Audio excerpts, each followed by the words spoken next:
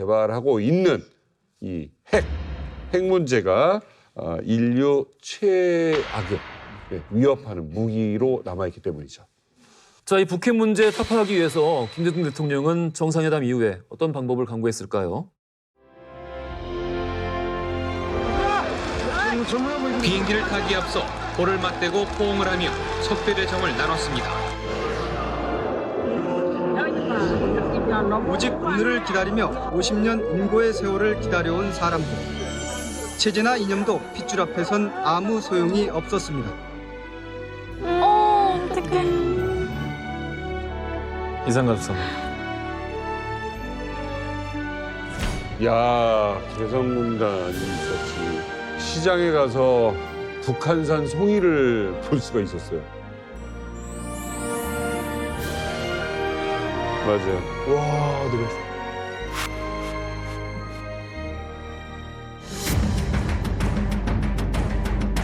이번에 확인된 북한의 미사일 전력이 동북아 정세 어두운 긴장이 고조되면서 풀릴 듯하던 남북 관계에도 암운이 드리워지고 있습니다.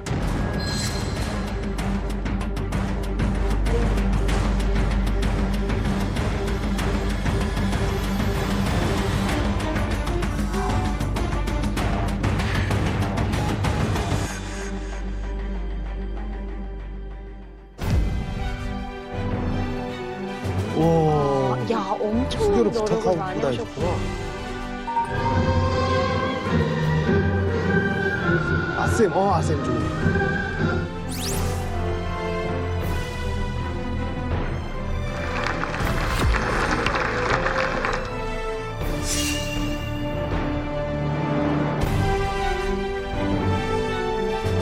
조선민주주의인민공화국과 영국 사이의 외교관계를 즉시 설정할 때 대하여 합의하였다. 예, 우리랑 정상회담하고 북한도 얻었네 많이.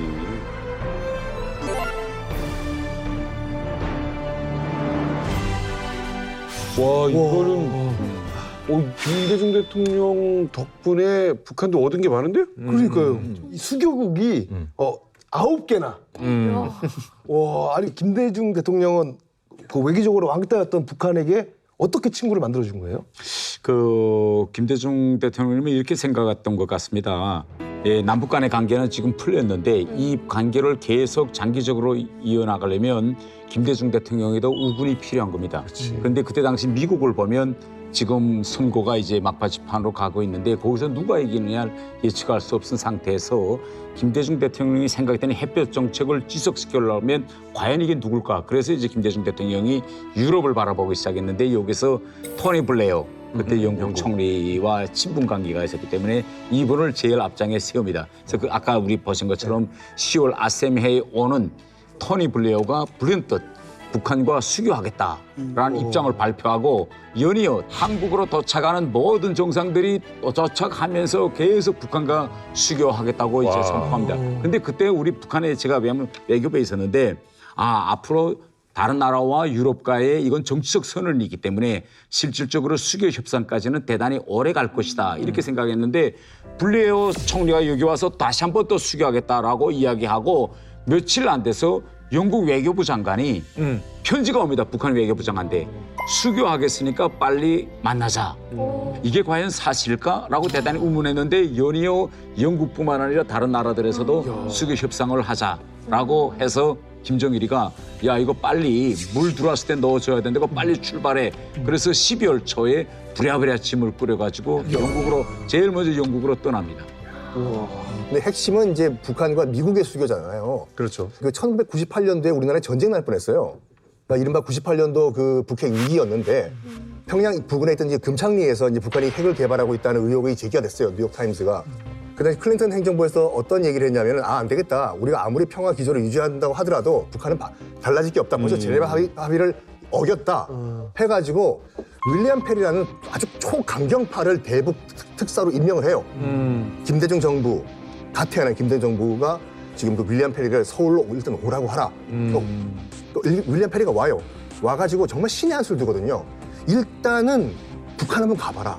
가가지고 정말 전쟁을 할 생각이 있는 나라인가 아닌가 가서 판단을 해라.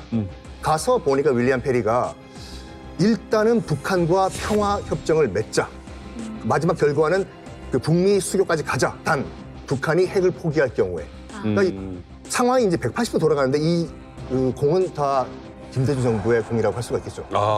김대중 대통령은 정말 외교 대통령이었습니다. 취임하자마자 외환위기가 왔잖아요.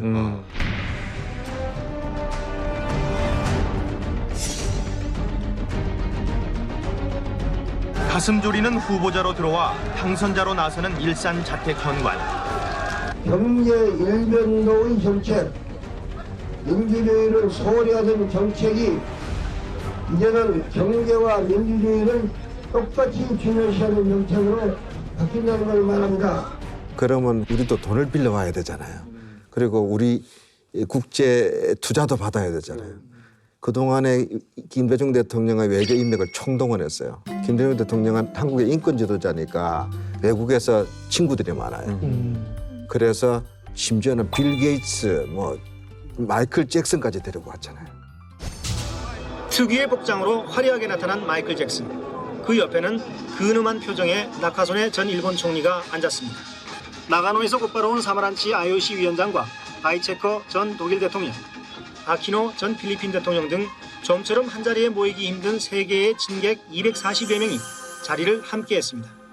이들은 모두 김대중 대통령이 즐겨 쓰는 표현으로 김 대통령의 절친한 외국 친구들입니다. 김대중 대통령의 전략은 북한을 국제사회로 끌어내야 된다고 생각했어요.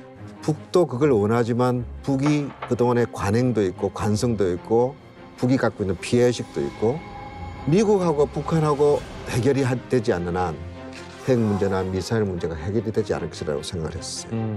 그래서 오자마자 평양에서 돌아오자마자 김대중 대통령이 제일 먼저 한 얘기가 클린턴 대통령한테 전화한 거예요. 내가 가서 대화를 해서 확인해 보니까 김정일은 클린턴 대통령을 만나고 싶어하고 북미 관계를 개선하고 싶어한다. 미국 쪽은 리얼리 이거겠죠. 근데 모르고 있는 건 아니에요. 그래서 속도를 내자. 왜냐하면 클린턴 대통령의 말기였습니다. 임기 말년이고 클린턴 대통령은 또 정치적으로 굉장히 유리한 입장이 있지 않았어요. 맞아요. 루인스키 사건이 몰려 있었어요. 그리고 오히려 말기이기 때문에 가능할 수도 있는 얘기예요. 그렇죠. 모든 게 양면성이 있죠. 그래서 우리가 주선해서 북한의 2인자 조명록 국방위원회 부위원장 차수, 인민군 차수예요. 워싱턴에서 백악관을 방문해서 클린턴 대통령을 만나서 경례를 붙이고 국방위원장의 친서를 전달합니다. 그 내용은 클린턴 대통령을 평양에 초청합니다.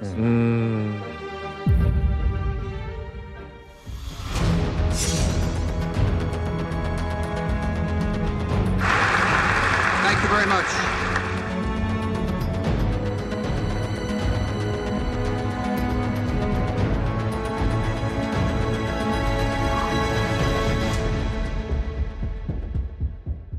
States like these and their terrorist allies constitute an axis of evil,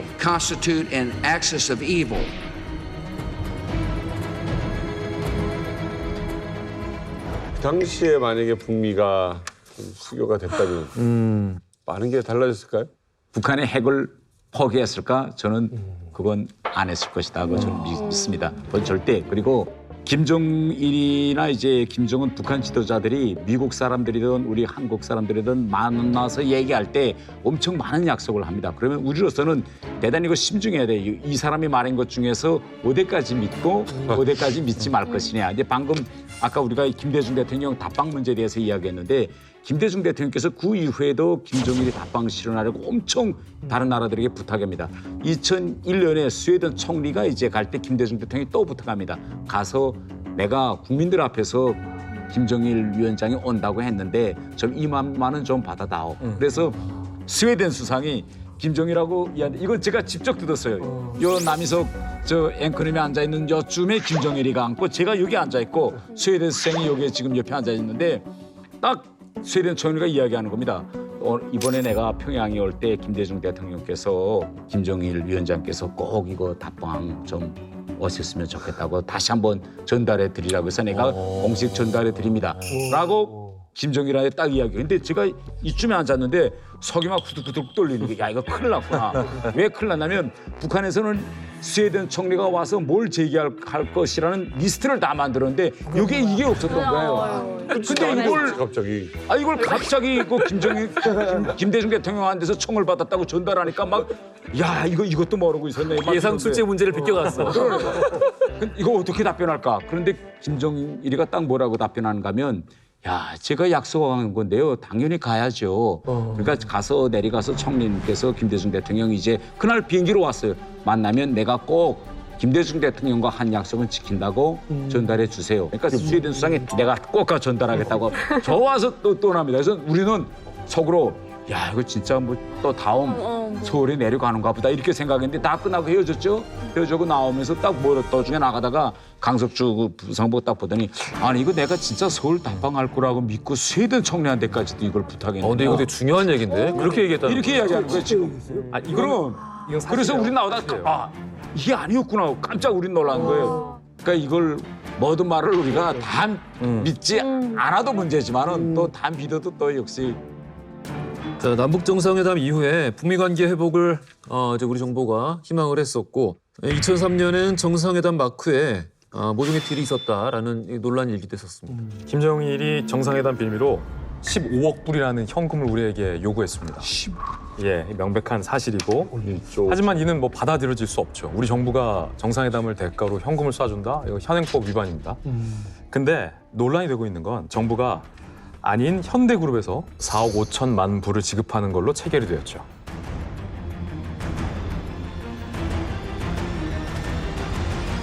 김대중 정부에서는 현금이 간 건 맞아요. 근데 이건 대통령의 통치행위다라고 주장을 합니다. 그래서 한번 법적 판단을 받아보자라고 대법원까지 정부가 이제 항소를 한 거죠. 그런데 최종적으로 대법원의 판단은 김대중 대통령이 정상회담을 한 것까지는 통치행위지만 그 이후에 부당한 방법으로 더군다나 기업을 압박하는 듯한 형태로 해서 기업의 재산이나 국민의 재산이 북한에게 비정상적인 방법으로 지급되는 것까지는 통치행위로 볼 수 없다라는 대법원의 최종 판단이 나와서 박지원 장관 등이 다 유죄를 선고되게 됩니다. 5천억 원이라는 돈이에요. 우리나라 돈으로 5천억 원. 그때 우리는 IMF 때문에 좀 힘든 시기였잖아요.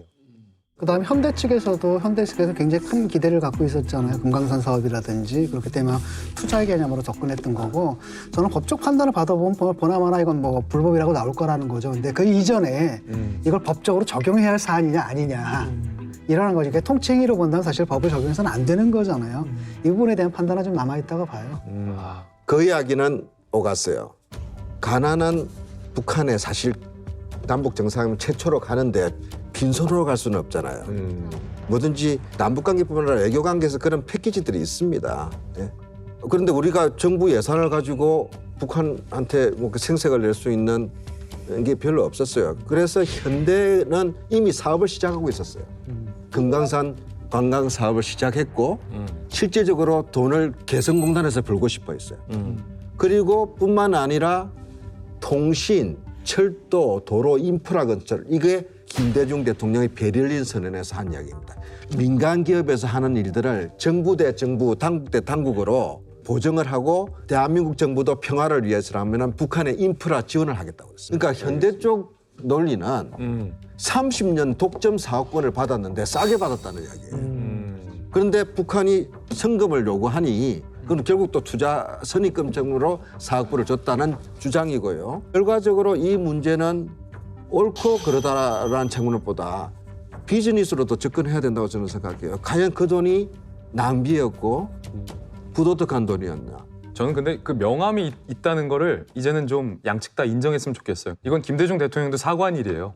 그리고 대법원에서도 유죄 판단이 난 거죠. 이거를 그러면 자성을 해야 되거든요. 그때는 이런 명이 있었고 이런 암이 있었다. 이 돈은 합법적이지 못했고 떳떳했지 못했다. 왜냐하면 얼마든지 북한이랑 정상적인 체결을 해서 지원할 수 있는 방법이 있었다라는 게 대법원의 판단이잖아요. 노무현 정부 때. 이 부분과 관련해서는 이제 자성하는 목소리가 김대중 대통령도 사과한 만큼 좀 나오고 남북 문제를 좀 명함을 동시에 봐야 된다. 이런 아쉬움이 좀 있다고 봅니다.